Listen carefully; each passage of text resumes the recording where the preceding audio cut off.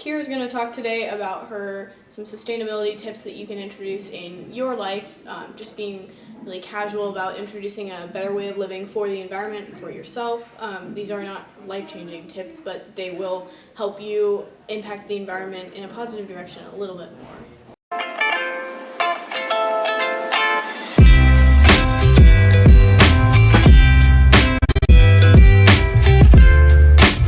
I usually take this to restaurants because when you go to a restaurant and you ask for a carry-out box, it's usually styrofoam, or even if it is paper, that's better than styrofoam, but it still is going to a landfill and it's still sitting there. So I think it's better if you take it home in something reusable like this, so then you just wash it when you're done and there's no waste.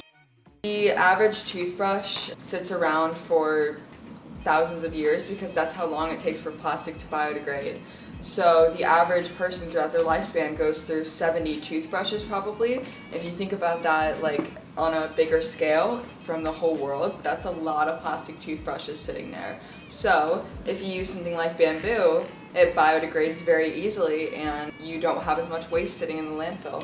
Something to go along with a toothbrush, I make my own toothpaste and I usually put it in something like this. You can go on Pinterest, you can go on Google. There are tons of different things you can make toothpaste out of so you don't have to throw away the plastic tube. And that's also one of those other little things that really just saves a lot. Using any kind of straw to take with you is good, but metal straws are good when they're stainless steel. But going along with the bamboo toothbrush, bamboo is a plant that grows really fast, so therefore it doesn't take very much to produce it and for the whole process.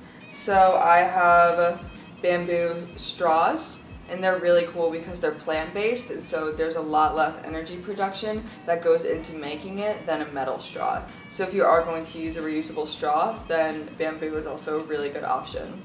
Anything in moderation, so that basically means do what you can to help. I was in Europe and they're really environmentally friendly there, and I thought that was a really good time for me to kind of delve in and see what kind of things they do in different countries, because they are banning single-use plastics and they're kind of planning to phase them out within the next 2 years. So I was in Sweden and I saw these. It was really just at an airport, and they're wooden and they're biodegradable utensils, and so they're better as opposed to plastic, which takes 450 to 1,000 years to biodegrade. Whether it's the utensils or a fruit cup or a water bottle, using anything except for plastic is a lot better for the environment, and it's all about what you can do to help. In place of plastic wrap, it's one of those little things that not a lot of people think about, like when you have a ketchup packet or when you have plastic wrap. It's a lot of single-use plastic that's disregarded instead of plastic straws and plastic water bottles, although those are very important to phase out and keep in moderation. This is a wax wrap, and it's made by bees, so it also goes towards helping the bee population and keeping it up so the earth can be healthy. I just have some almonds in there, so you can take it and you can wrap it up.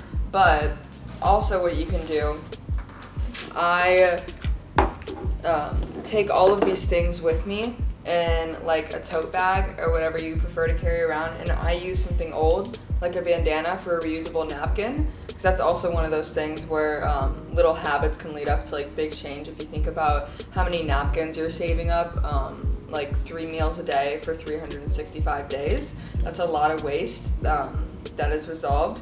So if you don't happen to have your wrap with you, you can take whatever food you have and you can put it in the napkin like this, and what you can do is you can bunch it together and then make the ends meet, and then you tie it up just like that, and it'll go to, or like it'll kind of shape to whatever you're putting in there. It could be chips, it could be something like goldfish. It's really just a good way not to have to use, again, something minuscule like a plastic bag. That does take a while, and that does take up a lot of space in the landfill, and especially right now, it is really crucial that everyone does what they can. It's not necessarily like, don't use straws, don't do this. Like, of course, you should be conscious of those, but it's all about just doing what you can and doing what you're able to do to help the environment. My name is Kirah, and I am a sophomore. Do you do like clubs and stuff at the school? Yeah, I play tennis for the school, and that season is in the spring. And I'm also in show choir, and I'm in sound. When did you start to get passionate about the environment and doing research? I actually went to the Women's March in like 2017, and so I got involved in feminism and for just advocacy for human rights there. And so that kind of led to different passions and different liberal views. And so then I started to get involved in environmentalism, and once you really kind of start to discover empathy for other people through different types of activism, then I think that's kind of what led to environmentalism, just caring for the world around me and how to make the world a better place.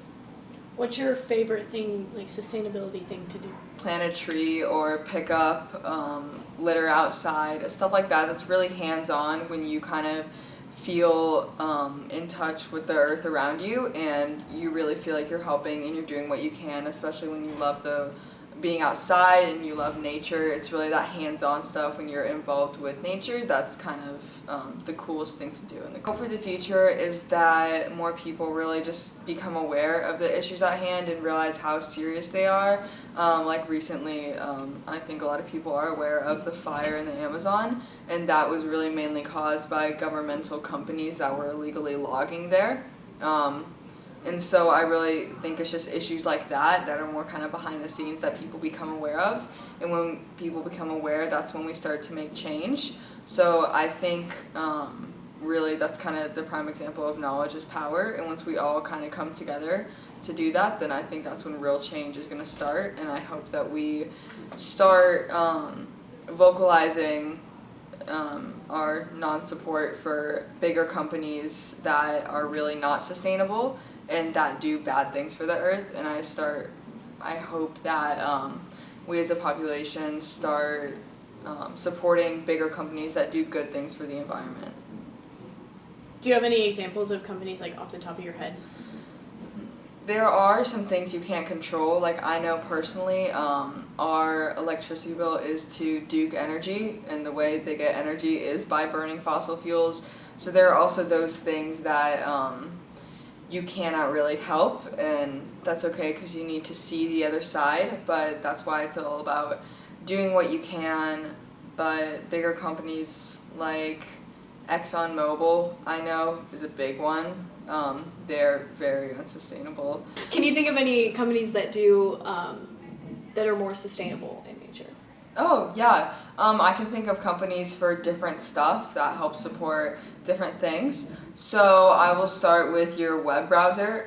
There is a web browser called Ecosia, and it's really cool. It's free, literally free, and it's just like using Google because it has all the same platforms and brings up all the same websites as Google. But for every search you do, you plant a tree. And so I think that's really helpful right now, and that's one of those like tiny things that you can do that is really awesome, and you can bond with the people around you. Like personally, my friends and I are like, how many trees did you plant this week? So it's really Yeah, I think it's like but I think it's like every 42 searches you plant a tree or something. Oh, yeah. It's run by Something like Bing, so you get like pretty much the same results that you get on Google. Mhm. Yeah, that's definitely a good option. And there's also a clothing brand called Change, and they make clothing that's really sustainably sourced, made out of sustainably sourced cotton, and that's a big thing.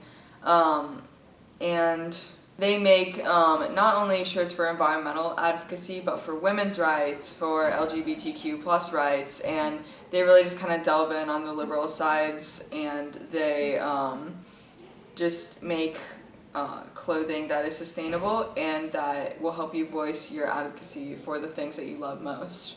So along with clothing, something you can do is I buy a lot of my clothes secondhand, and it's really cool to go to like Goodwill or Plato's Closet because you can find some really cool stuff there, and no one else has it. So I think that's a really cool part about thrifting. But also the fashion industry is the second most unsustainable industry in the world.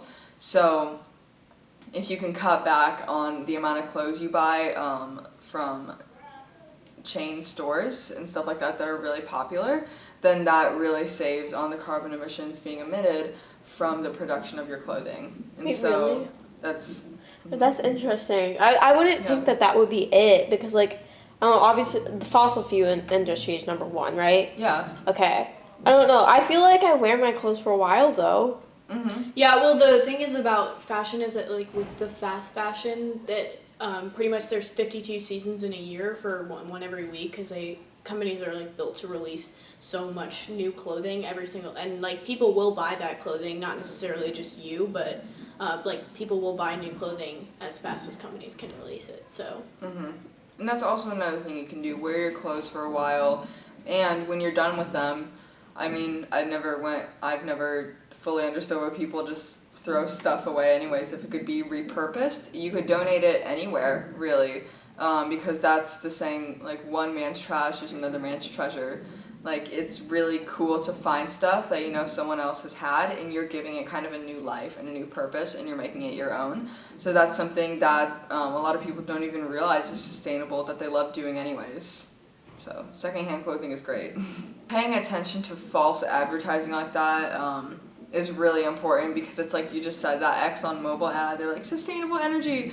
No, they're one of the worst. They are one of the worst companies in the world, because they are an oil producing company. So therefore, I think this kind of links back to what I said about having empathy. All greed comes. Sorry, I'm gonna go off on a little like spiel, but it's like a little philosophical, but it's also okay. All greed, I believe, comes from a place of lack of empathy. So the more you want, the less empathy you have, and you're not as happy. So I think that's really the problem with these oil companies. They're greedy and they want more in life, so therefore they don't care what their cause is or what they are producing this for. They really just care about greed, and unfortunately that's something that a lot of the world is driven by now, is greed, and we need more empathy, I believe, just as humanity and as a society, to help solve problems like these. And so I think that's really what will lead to change, if people believe in empathy and they just believe in kindness, and they want less for themselves and more for the world around them. It was really nice to have another perspective on environmental advocacy on the channel. We just did a video on climate change, and when we were like kind of thinking up other ideas, and I was like, well, it'd be cool to get other people that are more well versed in this topic to talk about other things that aren't just like the straight facts on climate change. So it was really nice having you here. I hope you enjoyed your time. Mm-hmm. Viewers, we will see you when we see you next. Until then, have a nice week.